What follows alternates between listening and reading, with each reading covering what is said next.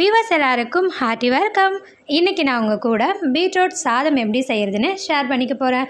இந்த பீட்ரூட் சாதம் பார்த்திங்கன்னா செய்கிறதுக்கு ரொம்ப சிம்பிளாக டக்குன்னு நம்ம செய்து முடிச்சிடலாம். லஞ்ச் பாக்ஸுக்கு ஒரு செம்மையான ரெசிபி. இந்த பீட்ரூட் சாதம் டேஸ்ட் பார்த்திங்கன்னா ரொம்ப சூப்பராக இருக்கும். நீங்கள் ஒரு வாட்டி ட்ரை பண்ணிங்கன்னா மறுபடியும் ட்ரை பண்ணி பார்ப்பீங்க, அந்த அளவுக்கு டேஸ்ட்டாக இருக்கும். இப்போ வாங்க இதை எப்படி செய்கிறதுன்னு பார்க்கலாம்.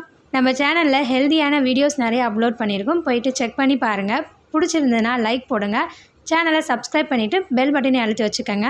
அப்போ தான் நான் போடுற வீடியோஸ் உங்களால் உடனே பார்க்க முடியும்.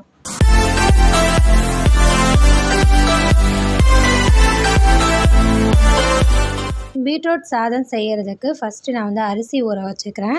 நான் வந்து இன்றைக்கி 2 கப்பு பாஸ்மதி அரிசி எடுத்துருக்கிறேன். இது பார்த்திங்கன்னா அப்ராக்சிமேட்டாக 400 கிராம் அளவுக்கு இருக்கும். இந்த அரிசியை நான் 2 வாட்டி நல்லா கழுவிட்டு தண்ணி ஊற்றி ஊற வச்சுக்கிறேன். பாஸ்மதி அரிசிக்கு பதிலாக நம்ம வீட்டில் ரெகுலராக சாப்பாடு செய்கிறதுக்கு யூஸ் பண்ணோம் இல்லையா, அந்த அரிசி கூட நம்ம யூஸ் பண்ணிக்கலாம். நீங்கள் எந்த அரிசி யூஸ் பண்ணுறீங்களோ அதுக்கேற்ற மாதிரி தண்ணியோட அளவை வச்சுக்கோங்க. இப்போ இந்த அரிசியை நான் நல்லா வாஷ் பண்ணிட்டேன். அடுத்தது இந்த அரிசியை ஊற வைக்கிறதுக்கு தேவையான அளவுக்கு தண்ணி சேர்த்துட்டு அரை மணி நேரத்துக்கு அரிசியை ஊற வச்சுக்கிறேன். இப்போ இது இருக்கட்டும். இப்போ பீட்ரூட் சாதம் செய்கிறதுக்கு குக்கரில் 4 டேபிள் ஸ்பூன் அளவுக்கு எண்ணெய் சேர்த்துக்கிறேன். அடுத்ததாக இது கூடவே வந்து 2 டேபிள் ஸ்பூன் அளவுக்கு நெய் சேர்த்துக்கிறேன். நெய் சேர்க்க விருப்பம் இல்லைன்னா இந்த சாப்பாடு வந்து ஃபுல்லாகவே எண்ணெய் மட்டும் சேர்த்தும் செய்துக்கலாம். பட் நெய் சேர்க்கும் போது பார்த்திங்கன்னா சாப்பாடோட டேஸ்ட் வந்து ரொம்ப நல்லாயிருக்கும். இன்ட்ரெஸ்ட் இருக்கவங்க நெய் சேர்த்துக்கோங்க, இல்லைன்னா நெய்யை ஸ்கிப் பண்ணிவிட்டு எண்ணெயில் செய்துக்கோங்க. இப்போ இந்த நெய்யும் வந்து நல்லா சூடாகட்டும். சூடானதும் இதில் வந்து தாளிக்கிறதுக்கு ஒரு பட்டை 1 இன்ச் அளவுக்கு, அடுத்து 4 ஏலக்காய், ஒரு அன்னாச்சிப்பூ, 3 லவங்கம், ஒரு பிரிஞ்சி இலை சேர்த்து தாளிச்சிக்கிறேன். இப்போ இந்த ஸ்பைசஸ்லாம் வந்து நல்லா பொரியட்டும்.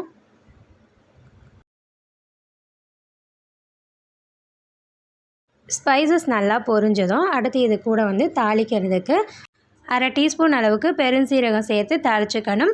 பெருஞ்சீரகம் வந்து நல்லா பொரிஞ்சதுக்கு அப்புறமா இதில் வந்து 2 பச்சை மிளகாவை கீறிட்டு சேர்த்துக்கணும். அடுத்து இது கூடவே வெங்காயத்தை சேர்த்துக்கணும். நான் வந்து 2 வெங்காயத்தை இந்த மாதிரி நீல வாக்கில் ஸ்லைஸ் பண்ணி எடுத்து வச்சுருக்கிறேன். அதை இப்போ இதில் சேர்த்துக்கிறேன். சேர்த்துட்டு இந்த வெங்காயத்தை வந்து நல்லா வதக்கிக்கணும். இந்த வெங்காயத்தை வந்து எந்த அளவுக்கு வதக்கணும்னு கேட்டிங்கன்னா, நல்லா வந்து ப்ரௌன் கலருக்கு சேஞ்ச் ஆகி வரும் இல்லையா, அது வரைக்கும் வந்து வதக்கணும். அப்போ தான் வந்து சாப்பாடு நல்லா டேஸ்ட்டாக இருக்கும். இப்போ இந்த வெங்காயத்தோட கலர் வந்து நல்லா சேஞ்ச் ஆகி வரட்டும், அது வரைக்கும் நான் வதக்கிக்கிறேன். இப்போ இந்த வெங்காயம் பார்த்திங்கன்னா நல்லா கலர் வந்து சேஞ்ச் ஆக வந்திருக்கு. இந்த டைமில் வந்து நம்ம புதினாவை சேர்த்துக்கணும். புதினா வந்து நான் ஒரு கைப்பிடி அளவுக்கு நல்லா க்ளீன் பண்ணிவிட்டு எடுத்து வச்சுருக்கிறேன். அதை இப்போ இதில் சேர்த்துக்கிறேன். அடுத்து இது கூடவே கொஞ்சம் போல் கொத்தமல்லி சேர்த்துட்டு இப்போ இந்த புதினாவை கொத்தமல்லியை வந்து வதக்கிக்கிறேன். இதை வந்து நம்ம ரொம்ப நேரம் வதக்கணும்லாம் அவசியம் இல்லை, 30 செகண்டுக்கு வதக்கிக்கிட்டாவே போதும், சீக்கிரமாகவே வதங்கிடும். புதினாவும் கொத்தமல்லியும் நல்லா வதக்கியாச்சு. அடுத்ததாக இது கூட வந்து இஞ்சி பூண்டு விழுது சேர்த்துக்கணும். இந்த இஞ்சி பூண்டு பேஸ்ட்டு செய்கிறதுக்கு நான் வந்து ஒரு பெரிய சைஸ் பூண்டு, 1.5 இன்ச் அளவுக்கு இஞ்சி சேர்த்து அரைச்சி பேஸ்ட் பண்ணியிருக்கிறேன். டேபிள் ஸ்பூன் அளவில் சொல்லணும்னா 3 டேபிள் ஸ்பூன் அளவுக்கு சேர்த்துக்கங்க. இப்போ இந்த இஞ்சி பூண்டு விழுதோட பச்சை வாசனை போகிற வரைக்கும் நல்லா வதக்கிக்கணும். இஞ்சி பூண்டு விழுதோட பச்சை வாசனை போயிட்டு இப்போ நல்லா வாசனை வர ஆரம்பிச்சிருக்கு. இந்த டைமில் வந்து இதில் தக்காளி சேர்த்துக்கணும். நான் வந்து 2 மீடியம் சைஸ் தக்காளியை கட் பண்ணி எடுத்து வச்சுருக்கிறேன். அதை இப்போ இதில் சேர்த்துக்கிறேன். கூடவே தக்காளி கொஞ்சம் சீக்கிரமாக வதங்கிறதுக்காக உப்பு சேர்த்துட்டு இதை வந்து நான் வதக்கிக்கிறேன். தக்காளி பார்த்திங்கன்னா நல்லா சாஃப்டாகணும், அது வரைக்கும் வந்து வதக்கிக்கணும். தக்காளி பார்த்திங்கன்னா நல்லா சாஃப்டாக வதங்கி வந்துருச்சு. அடுத்து இதில் சாதத்துக்கு தேவையான காரம் சேர்த்துக்கணும். நான் வந்து காரத்துக்கு 3/4 டீஸ்பூன் அளவுக்கு மிளகாய்த்தூள் சேர்த்துக்கிறேன். அடுத்தது இதில் 1.5 டீஸ்பூன் அளவுக்கு தனியாத்தூள் சேர்த்துக்கிறேன். கூடவே 1/4 டீஸ்பூன் அளவுக்கு மஞ்சள் தூள் சேர்த்துட்டு நம்ம சேர்த்த இந்த ஸ்பைஸ் பவுடரோட பச்சை வாசனை போகிற வரைக்கும் நல்லா வதக்கிக்கணும். காரம் குறைவாக வேணும்னு விருப்பப்படுறவங்க காரத்தை வந்து கொஞ்சம் லைட்டாக மட்டும் குறைச்சிக்கோங்க. இந்த சாப்பாடு பொறுத்தளவில் காரம் வந்து கொஞ்சம் தூக்கலாக இருந்தால் தான் சாப்பாடு வந்து சாப்பிட்றதுக்கு ரொம்ப நல்லா டேஸ்டியாக இருக்கும். மிளகாத்தூளோட பச்சை வாசனை போயிடுச்சு. அடுத்தது இதில் பீட்ரூட்டு 1/4 கிலோ அளவுக்கு கட் பண்ணிவிட்டு சேர்த்துக்கிறேன். அடுத்ததாக இது கூட 3/4 கப் அளவுக்கு பச்சை பட்டாணி சேர்த்துக்கிறேன். கூடவே 1/2 டீஸ்பூன் அளவுக்கு உப்பு சேர்த்துட்டு நல்லா வதக்கிக்கணும்.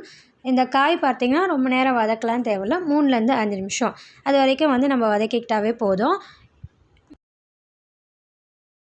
இப்போ பார்த்திங்கன்னா நான் வந்து இந்த பீட்ரூட்டை 5 நிமிஷத்துக்கு நல்லா வதக்கிட்டேன். அடுத்ததான் சாப்பாட்டுக்கு தேவையான தண்ணி சேர்த்துக்கணும். தண்ணியோட அளவு கேட்டிங்கன்னா 1 கப்புக்கு 1½ கப் அளவுக்கு தண்ணி எடுத்துக்கணும். அடுத்து 1/2 கப் அளவு வந்து எக்ஸ்ட்ராவாக தண்ணி சேர்த்துக்கணும். மொத்தமாக நான் வந்து இதில் 3½ கப் அளவு தண்ணி சேர்த்துக்கிறேன். பாஸ்மதி அரிசிக்கு வந்து இந்த அளவு தண்ணி போதுமானது. இப்போ இதை எல்லாத்தையும் நல்லா மிக்ஸ் பண்ணி விட்டுக்கிறேன். நல்லா மிக்ஸ் பண்ணதுக்கு அப்புறமா உப்பு காரம்லாம் சரியாக இருக்கான்னு ஒரு வாட்டி செக் பண்ணிக்கணும். நான் செக் பண்ணதில் எனக்கு உப்பு கொஞ்சம் குறைவாக இருக்குது, அதனால் நான் உப்பு சேர்த்து இதை நல்லா மிக்ஸ் பண்ணி விட்டுக்கிறேன். மிக்ஸ் பண்ணி விட்டதுக்கப்புறமா இதை வந்து கொதிக்க வச்சுக்கணும்.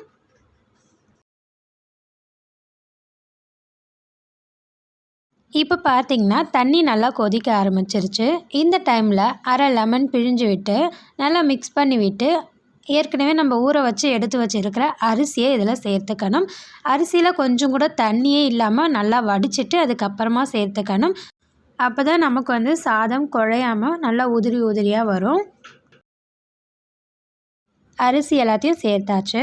இப்போ இதை வந்து பொறுமையாக மிக்ஸ் பண்ணி விட்டுக்கணும். நல்லா மிக்ஸ் பண்ணி விட்டதுக்கு அப்புறமா குக்கரை மூடி போட்டு ஒரு விசில் வர வரைக்கும் பாயில் பண்ணிக்கணும்.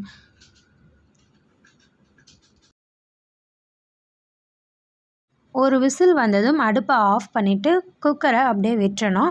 15 நிமிஷத்துக்கு அப்புறமா குக்கரை வந்து ஓப்பன் பண்ணி பார்த்துக்கணும். சப்போஸ் அரிசியை வந்து ரொம்ப நேரம் ஊற வச்சுருந்திங்கன்னா 10 நிமிஷத்துலேயே ஓப்பன் பண்ணி பார்த்துக்கங்க. அவ்வளோதாங்க. பார்க்குறதுக்கு ரொம்ப நல்லா கலர்ஃபுல்லாகவும் சாப்பிட்றதுக்கு ரொம்ப ரொம்ப டேஸ்டியான பீட்ரூட் பட்டாணி சாப்பாடு வந்து நம்ம ரெடி பண்ணியாச்சு. இந்த வீடியோ உங்களுக்கு பிடிச்சிருந்துச்சுன்னா மறக்காமல் லைக் பட்டனை தட்டி விட்டுருங்க. அடுத்து நல்ல ஒரு ரெசிபி வீடியோவோடு வரேன். நன்றி, வணக்கம்.